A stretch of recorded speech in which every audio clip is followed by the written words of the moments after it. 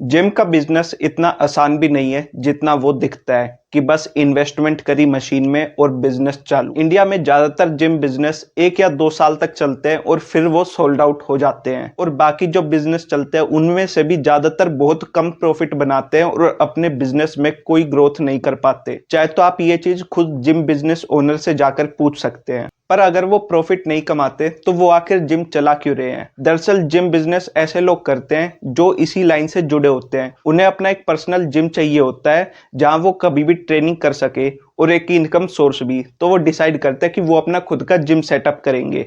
पर gym setup करने के टाइम पे वो 3 ऐसी मिस्टेक कर देते हैं जिनकी वजह से जिम आगे अच्छा प्रॉफिट नहीं कमा पाता। वो 3 गलतियां क्या है वो जानते हैं, और उससे पहले हमें जानना होगा जिम का बिजनेस मॉडल। तो जिम में जो इन्वेस्टमेंट चाहिए वो 2 चीजों में चाहिए। पहला है इक्विपमेंट, जिसकी स्टार्टिंग 10 लाख से लेकर करोड़ तक भी जाती है। दूसरा रेस्टोरेशन या इंटीरियर डिजाइन, जो कि 50,000 से लेकर कुछ लाख तक चला जाता है। ये हो गई आपकी फिक्स्ड एक्सपेंस। इसके अलावा मंथली भी कई एक्सपेंस आते हैं, जैसे रेंट, जो कि छोटी जगह का 15-20 हजार से लेकर कई लाख तक हो सकता है, डिपेंडिंग ऑन द प्लेस जहां पे आपने जिम खोला है। दूसरा है स्टाफ की सैलरी। जिम में आपको ट्रेनर चाहिए, क्लीनिंग स्टाफ चाहिए और एक सेल्स का स्टाफ चाहिए जो आपके रिसेप्शन पे बैठे। और तीसरा खर्चा है इलेक्ट्रिसिटी। तो ये है जिम के मंथली एक्सपेंस। इनकम की बात करें तो जिम 2 तरीके से मेनली इनकम कमाता है।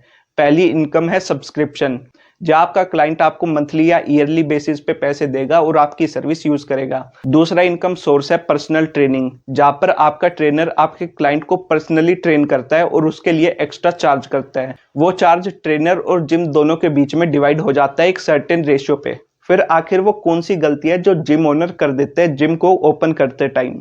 तो जो पहली मिस्टेक है वो है नो सर्वे और research before opening the gym. Business में इन्वेस्टमेंट करने से पहले आपके लिए बहुत जरूरी है कुछ बेसिक रिसर्च करना। जिम बिजनेस में ऐसा नहीं होना चाहिए कि आपने सीधी इन्वेस्टमेंट कर दी, उससे पहले आपको कुछ रिसर्च करनी पड़ेगी। जैसे आसपास आपके कितने कॉम्पिटिटर जिम है, वो क्या क्या सर्विस प्रोवाइड कराते हैं, उनमें कितने लोग आते हैं, वो क्या फीस चार्ज करते हैं, जिस लोकेलिटी में आप जिम खोल रहे हो वहां पे लोगों का इनकम लेवल क्या है, आप जो जिम खोल रहे हो उसकी टारगेट ऑडियंस कौन है और वो ऑडियंस उस एरिया में कितनी बड़ी है। इसके अलावा फ्यूचर में आपका क्या मंथली एक्सपेंस होगा, ये सब आपको जिम खोलने से पहले रिसर्च करनी होगी, जो कि ज्यादातर जिम ओनर्स नहीं करते और सीधी इन्वेस्टमेंट कर देते हैं, जिससे आगे वो अच्छा प्रॉफिट नहीं कमा पाते। फिर दूसरी मिस्टेक है ट्रेंड स्टाफ ना हायर करना। जिम में लोग लगभग आधा 1 और 1.5 घंटा खर्च करते हैं, तो उस टाइम पर उनके आसपास की इन्वायरमेंट कैसी है, आसपास के लोग कैसे हैं, उससे काफी फर्क पड़ता है।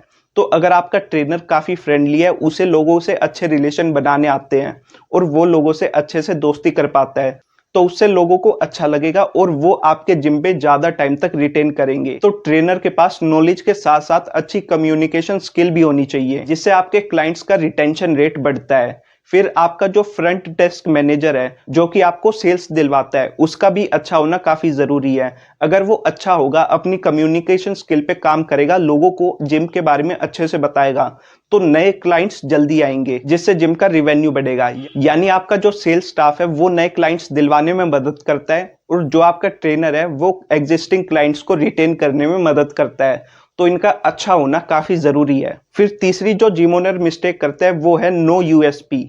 यूएसपी का मतलब होता है यूनिक सेलिंग प्रपोजन। इसका मतलब है ऐसी आपके बिजनेस में क्या खास बात है जिससे लोग आपके पास आए आपके कॉम्पिटिटर्स को छोड़कर। अब एक जिम में क्या क्या यूएसपी हो सकती है, इसको मैं एक एग्जांपल से समझाता हूँ। रिसेंटली मेरे घर के पास एक ऐसा जिम खुला जो खुलते ही काफी पॉपुलर हो गया। कारण था उसकी यूएसपी। उस जिम ने ऐसी चीजें ढूंढी जो आसपास के जिम नहीं देते थे, और वो सारी चीजें अपने जिम में देनी शुरू करी। जैसे प्ले पोज मेंबरशिप। मान लो अगर आप हफ्ते के लिए कहीं जा रहे हो, आपने जिम की मेंबरशिप ले रखी है, तो आप 1 हफ्ते के लिए अपने जिम की मेंबरशिप पोज करा सकते हो। जो इक्विपमेंट बाकी जिम में ज्यादा यूज होते हैं वो उन्होंने एक्स्ट्रा लगा दिया ताकि लोगों को वेट ना करना पड़े। इसके अलावा सर्विस सेक्टर वाले लोगों को फोकस किया, जिससे इनका जो क्राउड है वो अच्छा हुआ। तो ये इस जिम की यूएसपी थी। अब इसके बाद जो बाकी जिम थे उनका क्राउड इस जिम में आ गया और उन्हें अपनी फीस कम करनी पड़ी।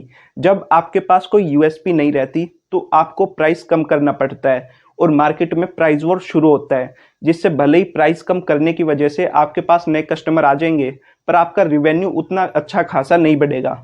तो इसलिए जरूरी है कि आप जिम खोलने से पहले अपने जिम की यूएसपी डिसाइड करें, जिसके लिए लोग हायर प्राइस तक पे करने के लिए तैयार हो। तो दोस्तों, ये थी आज की वीडियो। उम्मीद है आपको पसंद आई होगी। मिलेंगे आपसे अगली वीडियो में।